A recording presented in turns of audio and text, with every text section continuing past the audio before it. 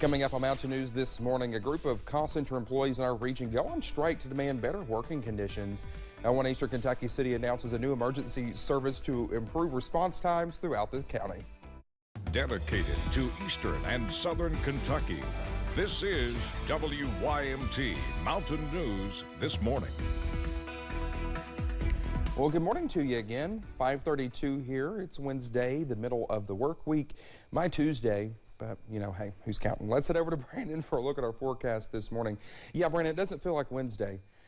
I wish it was Friday, but it's coasting on through. Friday will be here before you know it. Barely. I know. I mean, it's, you know, hey, I think the first part of November is off to a good start weather-wise. Exactly right. We're less than 1 week from the election. And, of course, sunshine will make everybody feel better tomorrow. But tomorrow is the key word there on that one.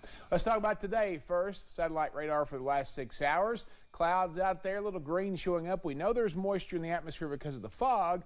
We just might be seeing a little bit of sprinkle activity a little bit later on, especially in our western counties. So keep an eye out for that. Fog at Pikeville at the US 119, US 23 intersection near Pikeville Commons. Pretty quiet on the roads over there this morning. 51 there. It's 49 in Prestonsburg, 50 London, 52 Somerset, 50 Jacksboro, 44 Clintwood, 48 in Moorhead, 44 Irvin, and 45 in Hazard. 53 by 10 o'clock, 65, maybe 66 later this afternoon, but the clouds are going to hang tough with us for much of the day. Dakota? All right, Brendan, thank you. A crash involving 2 cars left 1 person dead and several others injured in Knox County on Tuesday. An investigation by Kentucky State Police found a Chevy Equinox was trying to turn left from US 25 east onto Kentucky 1304. It crossed into the northbound lane in front of a Kia Soul driving north. Officials with KSP Post 10 say a woman from Oregon was taken to Barberville ARH where she was pronounced dead. 4 others were flown to the University of Tennessee Medical Center in Knoxville. At this time, their conditions remain unknown. And of course, we'll keep you updated as we learn more. A London man suffered serious injuries Monday after being hit by an SUV in Ohio. Ohio State Highway Patrol officers say 45-year-old Billy Finney was taken to Cabell Huntington Hospital for treatment. Investigators say Finney was walking west when he was hit by a Jeep Cherokee. No charges have been filed against the driver at this time. A late-night fire caused some damage at a business in Martin County. Multiple fire crews responded to the fire at Jackie's Flower Shop in the Lovely community Tuesday night. Once crews got to the scene, they found heavy smoke coming from the building. Firefighters with the Inez Fire Rescue were able to cut a hole in the roof so the other agencies were able to find and fight the fire. Thankfully, the building was left still standing after the fire was put out. Students were relocated at Wayne County High School Tuesday morning after officials say a threatening note was found in a girl's restroom. The note said, quote, "I hate everyone. On November 1st, I will have a bomb. Say bye to your parents. You will all die," end quote. Wayne County Sheriff's deputies and KSP troopers arrived with bomb detecting canines. Sheriff Tim Catron said the school was, quote, "found to be free of any bomb material and safe." Students returned to class around 12:30 that afternoon. The Estill County Animal Shelter says it was the victim of a break-in during the weekend. Shelter employees say the burglar took animal food, cat litter, crates, collars, and leashes. Now, none of the animals were harmed. Shelter officials say the theft is a major setback for them. The shelter asked the burglar to come forward and return what was stolen. So far, nothing has been brought back. Cyber criminals are causing a lot of problems for American infrastructure, including a recent attack on the 4th largest healthcare provider in the country. Kelsey Soto talked with those in the cybersecurity sector about the impact these digital delinquents have on our day-to-day lives.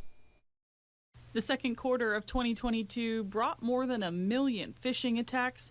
That's a new record captured by the Anti-Phishing Work Group. My alleged firewall security blanket. We don't have security blankets anymore. You know, the security blanket that if we think that it's going to keep us, you know, warm and safe, that's what people are kind of banking on. Industries like healthcare, including Common Spirit, who owns St. Joseph Hospital, hit exceptionally hard. Last month, a ransomware attack impacted records, scheduling, and other programs in more than 24 states across the country. Not having access to, you know, patient documents, not being able to conduct surgeries. It's no longer just a a monetary thing, it's a livelihood thing. It can actually keep someone from getting, something that they need to save their lives. A few months ago, more than $4 million was stolen by cyber criminals from the city of Lexington. Thankfully, the money was returned. But not every sector is so lucky, preying on weaknesses and the human emotion, looking for the tiniest holes and gaps. And they're not just sending those blanket emails. That really is the thing. It's these social engineering attacks where they have done their homework and they're sending it from a very, similar or unique domain to one person. They're not just throwing out the net anymore and trying to pull it in and see what they get. Officials say you can never be too careful online, especially when it comes to digital data, privacy, and other personal details. In Lexington, Kelsey Soto, WKYT. St. Joseph Hospital and its parent company, Common Spirit, were contacted for an update on the attack, but they did not reply. Maximus Call Center workers in London went on strike Tuesday morning. They're demanding better working conditions like more pay and more breaks after phone calls. They say their busy time is right now as enrollment opened yesterday for the Affordable Care Act. We do have the protection of, the fact we are an organized group. We're not a full union. We hope to get there one day, but we do have solidarity together. We do have, legal support. Workers say they want to see their pay increase from $15 to $25 an hour. One city in Floyd County announced a new emergency service to improve response times throughout the county. Our Jordan Mullins has more in Prestonsburg and how its new ambulance service could help all of Floyd County. Officials with the city of Prestonsburg noticed a need within the community when it comes to emergency services. Our fire department gets to the scene in 3 to 6 minutes, and they're administering first aid. They're going through the process. They're literally packaging them for transport. Then we have to wait on the ambulance to get there, and sometimes it's been up to 40, 45, 50 minutes. On Tuesday evening at the Mountain Arts Center, officials announced the newest addition to the city's fire department, 2 fully equipped ambulances to assist with emergency calls within the city limits. We decided that if we could have an ambulance at the city of Prestonsburg and cover just 911 calls, that it would free up these other 2 agencies to be able to do 911 calls out in the county, transfers, and other emergencies that are not in the city limits of Prestonsburg. Taking the strain off existing ambulance services and increasing response time throughout the county. It's not because any other ambulance service has bad quality. They have great service. It's just limited personnel.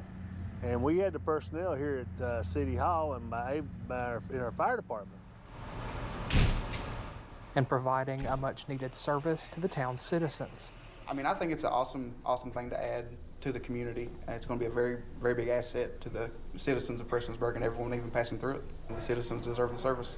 Taking action to assure the safety of those who call Floyd County home. In Prestonsburg, Jordan Mullins, WYMT Mountain News.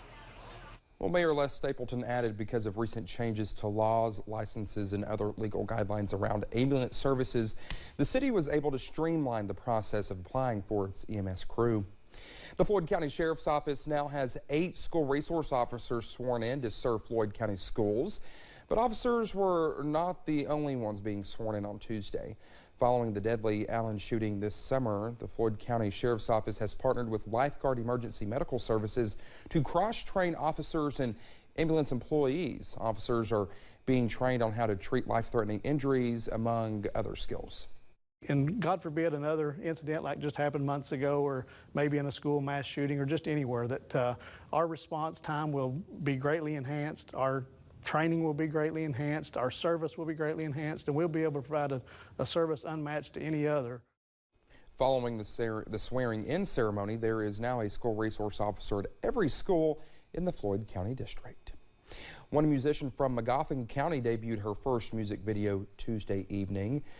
Zoe Howard and Yellow Line formed in 2020, and with the help of a local business, Stevens Media Services, and students from U-Pike, produced the band's first music video of their song Burn, which released that same year.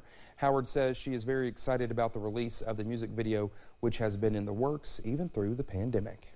Burn is about a message to everyone about burning all the bad memories away, And I'm super happy that we did this music video and it finally came out, due to a lot of cancellations, but that's okay because I'm glad it's out now. Howard says you can find her music on several streaming services and wanted to thank those who have supported her.